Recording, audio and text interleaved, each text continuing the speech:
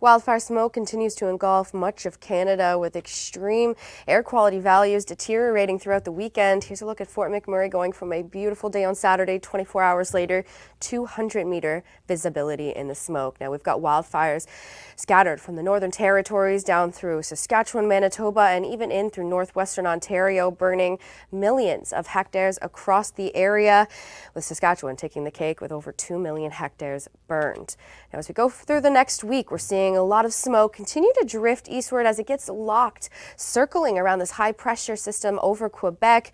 But that's not where it ends. This smoke is actually going to take a transatlantic journey following the jet stream. The jet stream pulls it off of the Canadian coast across the Atlantic and will begin impacting regions across the UK and even in through Europe as the week goes on. Now here's a look at our satellite shot from August 5th, seeing two different areas of smoke that are going to be impacting across the pond from the Northern Territory stretching eastward, and of course the plume of smoke that's drifting from Ontario all the way in through the Atlantic.